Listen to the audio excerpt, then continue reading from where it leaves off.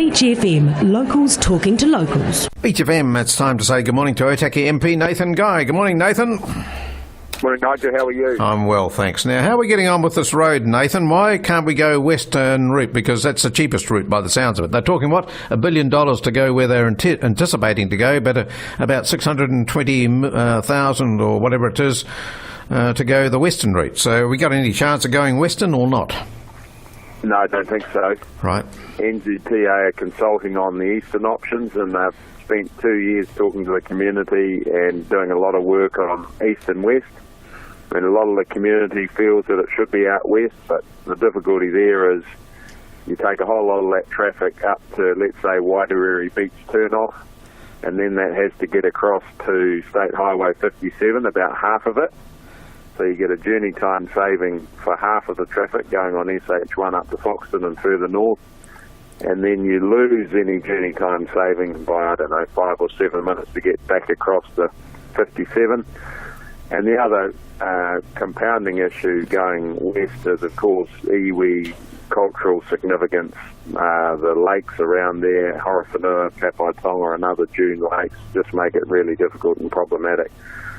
So, of course, that's a normal reaction. If you or I were living east and there was a line on a map going through our personal property or through our front lounge, we'd be pretty peeved and we'd be saying, surely it must go out west. I reckon the most important thing here, Nigel, is that they get on and firm up on a preferred route. They then go and get a consent/designation and get the funding to pay out those impacted households, because that's really important for them to get, back on with their lives, because at the moment they're all paralysed and wondering what's going to happen.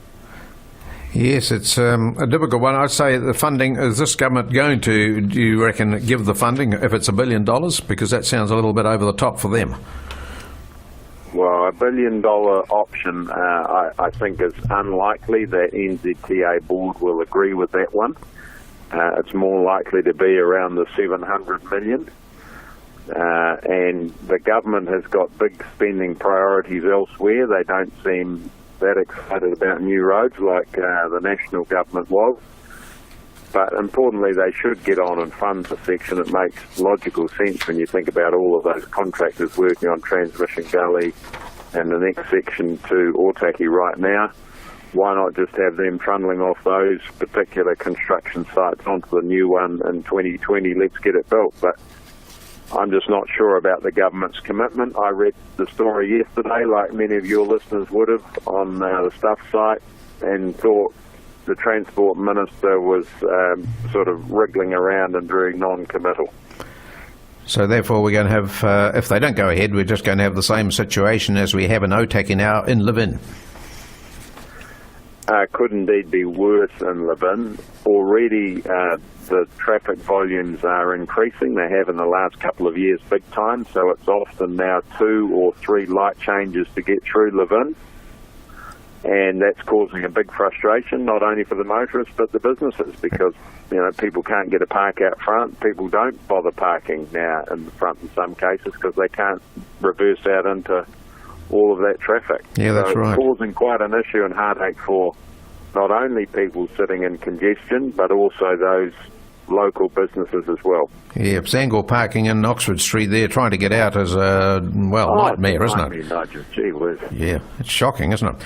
All right, so we've still got time to put it in submission, but it closes today. Yeah, it closes today, but there's probably a little bit of wiggle on the date, so if anyone's interested. And my shout-out is, if you've got a view, please express it. You can do it very easily on NZTA's website. Take about a minute. Let them know what you think. Right. If they did go ahead with it, when would it be finished, Nathan, do you think? Oh, it's probably 4 or 5 years to construct. Yep. Realistically, it's 22 to 24 kilometres long. It is quite long. Yeah, it is.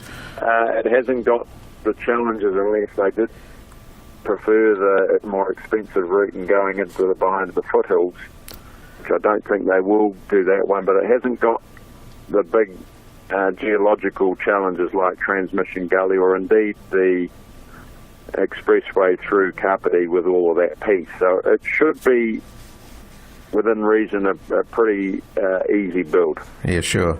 They're having a fair bit of repair work to do on this new expressway down here at Kapiti. I suppose you can expect this, can you, with such a big project?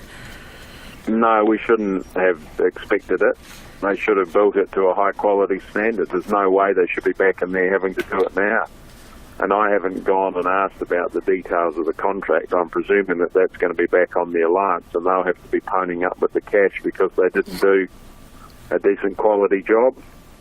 Yes, they did have big weather events to deal with. You remember back it was very wet last sort of summer and autumn when they were trying to finish it off. But still, in the contract specifications, I imagine they have to get it to a certain standard, and it's quite obvious they haven't. Right, fair enough too. Now, I heard you talking to Corin earlier in the week about the airport, and that's just about rung itself dead, but there's going to be some sort of, some function next week on the 25th, the Sunday, at the airport, is there? Yeah, so just getting the details firmed up with Todd Property Group. Likely that we'll have a rally down at the airport. A rally, that's what I was... For the community to come along. That'll be on the back of a meeting that I'm holding next week in Parliament with Todd Property, Air Chatham's, the Mayor and the Chamber of Commerce. So I should be able to update the community on the direction of travel. But I'm still really disappointed with Air New Zealand. Getting thousands of people signing the petition, and I want to send them a strong message that we don't like the decision that they've reached. But Air New Zealand won't change their minds, will they? Very unlikely to. They tend to make a decision and don't look back, just look forwards, which is really disappointing. And 3 weeks is gut-wrenching for our community to try and provide another provider. Yeah, well, we had an incident yesterday here where they cancelled the flight in the afternoon, and they rang up a person and said, your flight's not leaving today, and she had to try and find a way down to Wellington. They didn't offer any service to get her down there, and of course you've got to try and find a place to park your car and that for some time, so it was a bit embarrassing for her. Well, not embarrassing, inconvenient for her. So I think they've sort of snubbed their noses completely at Kapiti. Well, that's disappointing to hear, isn't it? They should fulfil their commitments as providing a reliable service. Yep. They haven't been able to do that always up to Auckland. They've cancelled quite a few flights. But because our local community has been so supportive of the airport, and in particular Air New Zealand flying out of our airport to Auckland, they've chosen to take a few of those delays and flight cancellations on the nose.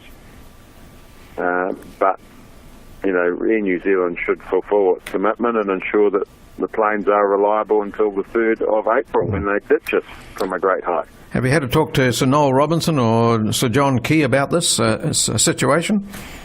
And I've talked to everyone possible. The Chief Executive of Air New Zealand, Kristen Waxen, Sir Noel Robinson, Sir John Key. I've talked to a lot of people. Yeah, I should imagine Noel Robinson must be pretty peeved because he put a lot of effort and hard work to get it to the stage it's at now. No, he's very disappointed and quite fired up, and rightly so in my opinion. Yeah. He purchased the airport, he got the community on side, went through the plan change. It's now locked in aviation. It's going to make it very difficult for Todd Property to do anything other than that.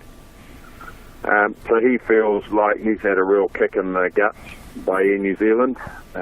So we've just got to pick up the pieces now and try and move forward. Yeah, move forward. That's the way. Look at alternatives. And, of course, as aviation man speaking this morning, John Kennedy, who's was an ex-Air New Zealand person, or NAC in those days, said it's just a matter of the fact that the planes weren't making money on this route. They can make money elsewhere. So business is business. So what are we looking at? Well, perhaps Air Chatham's, but then again, they're very committed as well. So, you know, it's getting to the situation of what is the alternative for Kapiti? Well, hopefully next week I'll be able to update you on how the meeting went. Good. So this rally, what day are you expecting it to be, Nathan? Oh, it's likely to be next Sunday afternoon. Okay. Just firming up the detail. You'll send us through the details, yep. Yeah, I might see at the run on the weekend too. I'm doing the path along the expressway on Sunday. Oh, good on you. You've got your running shoes on, Nigel, and you're feeling fit. Come down and have a stroll. You'll probably still beat me. No, I'd get carried away. So that's on, yes. And you instigated that run, didn't you? You mentioned it last year. I sort of sowed the seed. Yeah, sowed the seed, that's right. Passed it over to the council. And good. They saw it as a good idea, and I think it well, we'll wait and see on the weekend with the weather and who turns out. But hopefully we get a good crowd and then we can just build on it and make it an annual event. Okay. Thanks, Nathan, for your time this morning. Cheers. Nathan Guy, Otaki MP. 106.3 Beach FM.